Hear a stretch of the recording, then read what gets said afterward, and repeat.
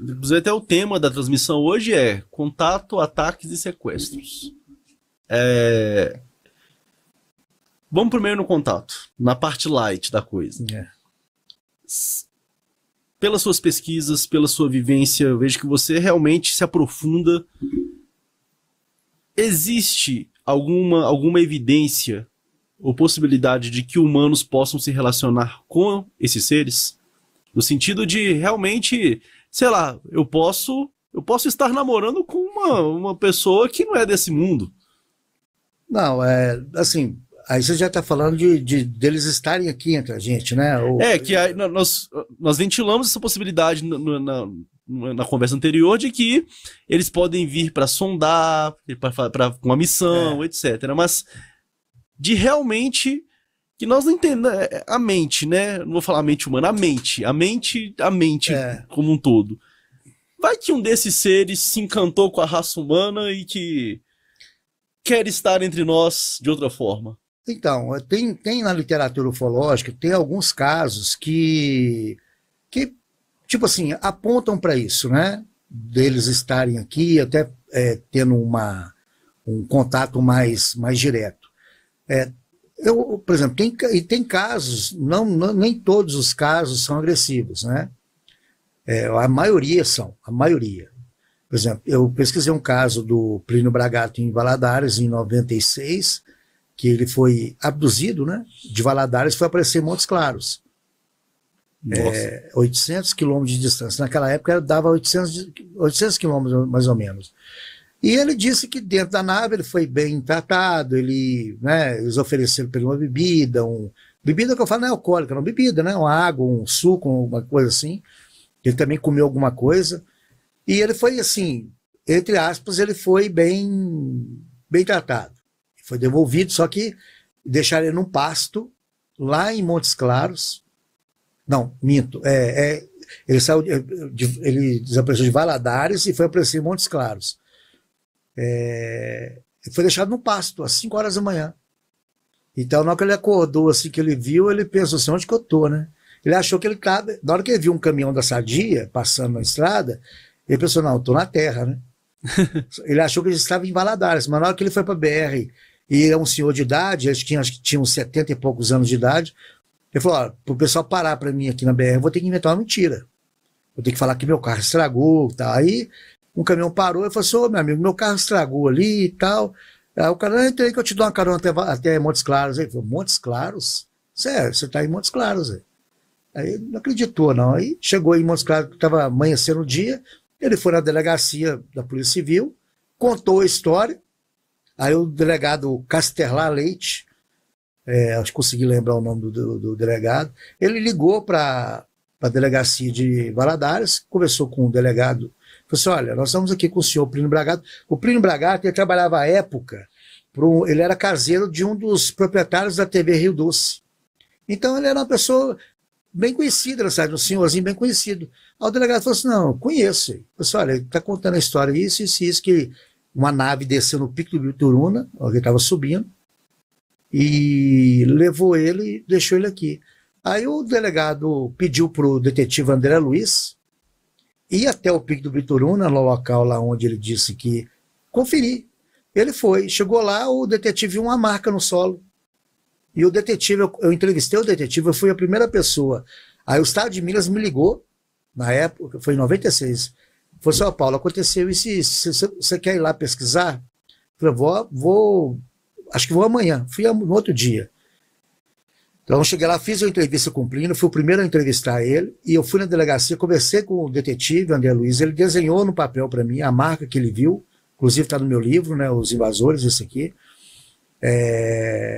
Então, pegando todos os detalhes do caso dele, não foi um contato agressivo, porém, como o Albert sempre fala, não existe abdução amigável. Por quê?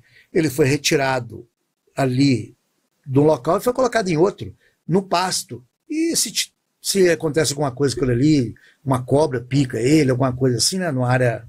Então, eu não consigo ver poesia nisso. E muita gente acha isso bonito, né? Muita gente fica, eu gostaria de ser abduzido. E sem contar que ele pode ter passado dentro dessa nave por procedimentos médicos, né, entre aspas, e não se lembra disso.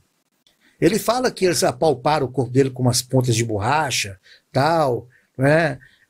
A história dele é longa, eu estou só resumindo aqui que é o contexto do amigável, mas, de qualquer forma, deixou ele em outra cidade, a 800 quilômetros de distância, né? E era quase impossível, porque ele foi abduzido por volta das 6:30 da tarde, e foi aparecer em Montes Claros por volta de 4:30, 5 horas da manhã, né?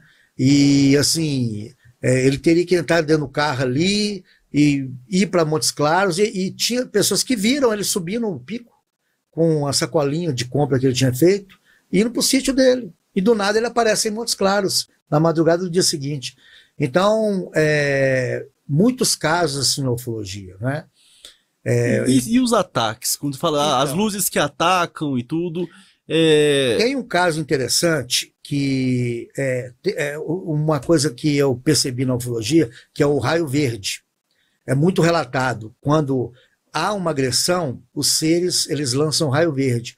Foi assim com o caso de José Antônio da Silva, o policial que foi abduzido em 76, lá no norte, né, no Pará, durante a Operação Prato. A maioria dos raios que atingiam as pessoas eram verde. E tem um caso que aconteceu em Goiás em 67, com o José Inácio, que é um dos casos mais fantásticos que tem na ufologia, mostrando a agressividade desses seres. O José Inácio, isso aconteceu em Crixás, em Goiás, em 67. Ele era capataz de uma fazenda, uma grande fazenda, aquelas fazendonas que tem gado, que tem tudo, né?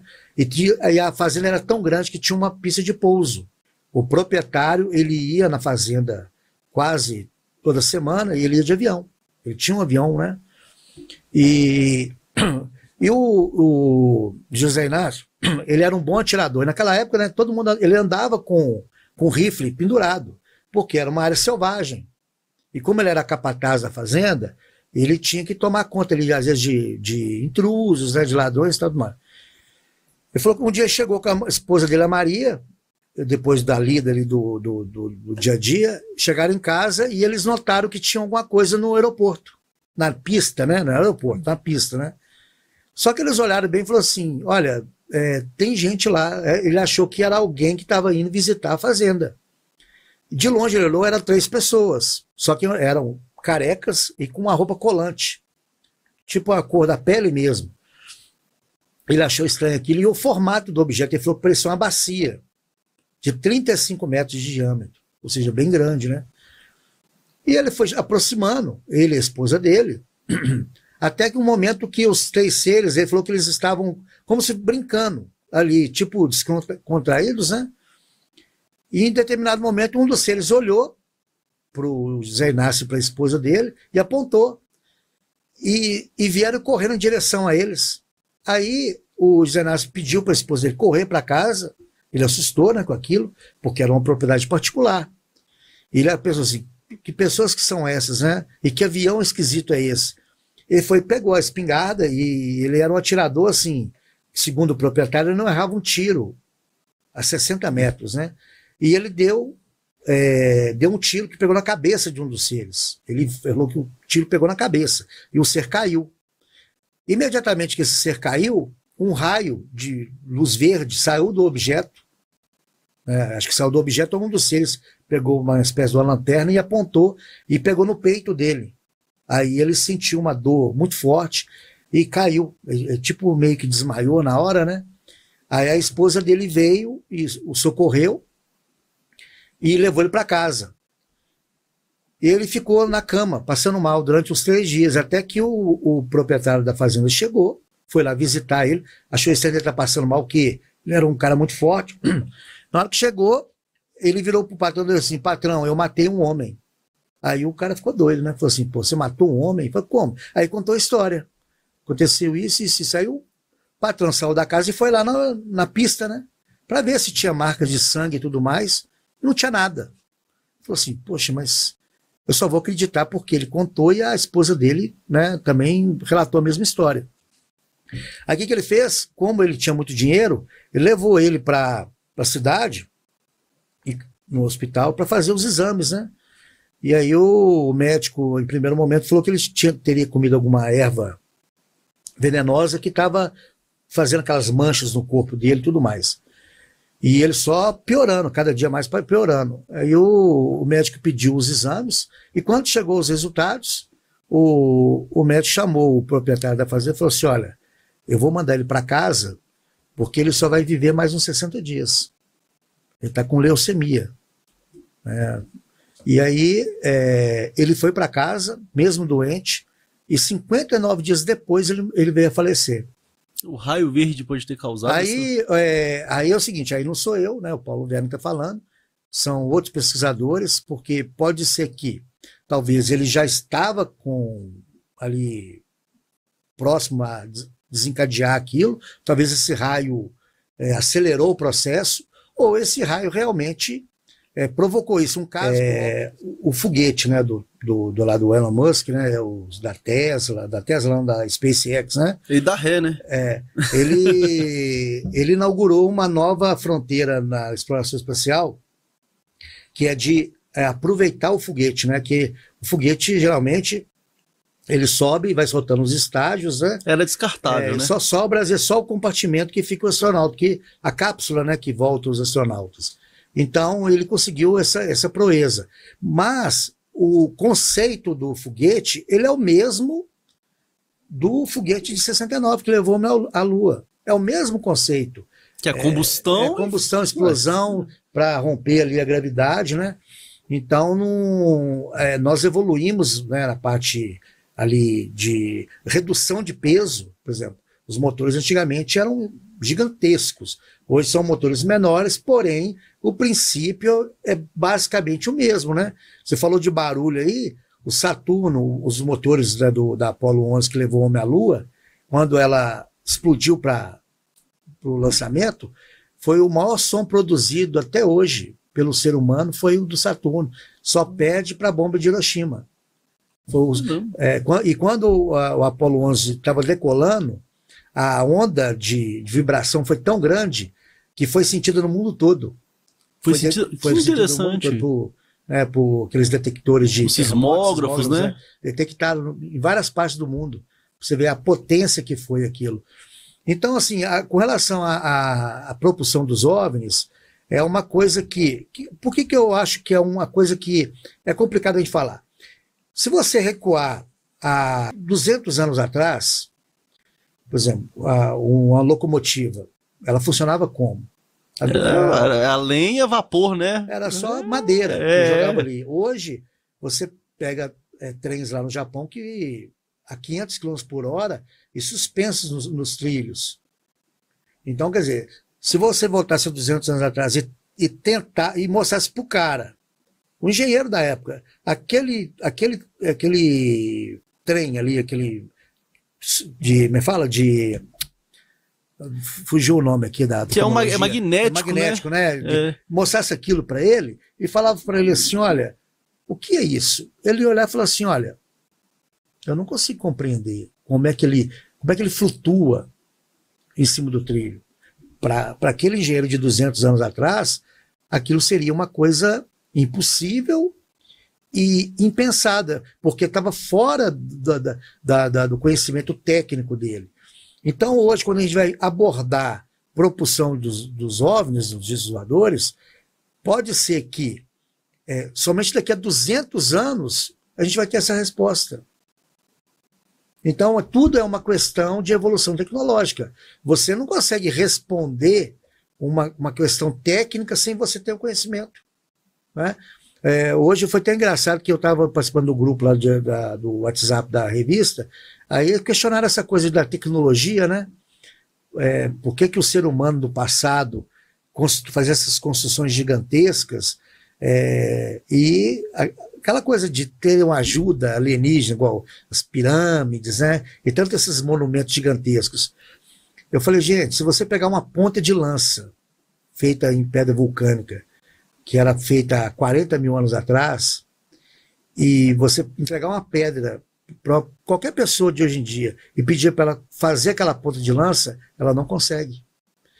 Para fazer aquela ponta de lança é uma tecnologia tão avançada, você tem que saber como lascar a pedra, as camadas exatas.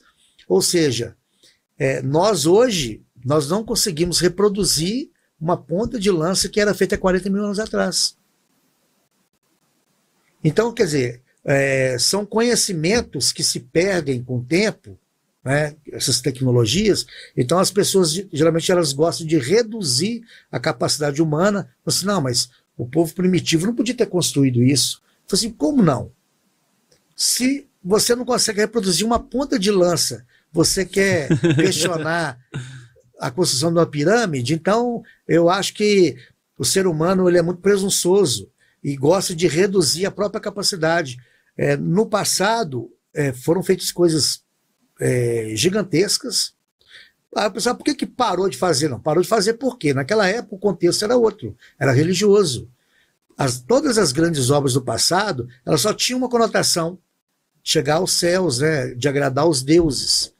Depois que as sociedades elas foram crescendo e as prioridades foram modificando, né, a pessoa virou CLT, aquele negócio todo, não tem necessidade mais de fazer isso. Canal Shakira do Brasil. O padre Roberto Landel de Moura, brasileiro pioneiro do rádio, foi um dos primeiros a detectar sinais de rádio vindos do espaço. Um padre detectando um sinal de rádio vindo do espaço. Mas os padres são famosos. O Mendel mesmo, que descobriu a base da genética, era padre, né? Então, os padres, antigamente, eles tinham um conhecimento muito avançado, porque eles tinham acesso ao estudo, os padres, né? Então, muita coisa foi criada por padres no passado. E o próprio Vaticano, né? Mas até um abraço para o Rodrigo Moura Visoni, nosso revisor, ele que trabalhou igual o burro para revisar o manual aqui. Um abraço para o Rodrigo, que pra você ver, ele é consultor da revista há quase 4 anos. Eu fui conhecer ele pessoalmente agora, no Rio de Janeiro. Ele mora no Rio de Janeiro, naquele lugar fresquinho, sabe? Mas o Vaticano ele tem lá um observatório e eles têm estudos pesados em astronomia. O Vaticano, que no passado condenou Galileu, né, por heresia e tudo mais. Mas a coisa evolui, né? Então o Vaticano teve que evoluir. Porque se o Vaticano fosse prender todo mundo que acredita que a Terra não é o centro do universo, estava todo mundo em cana. Todo mundo. E aí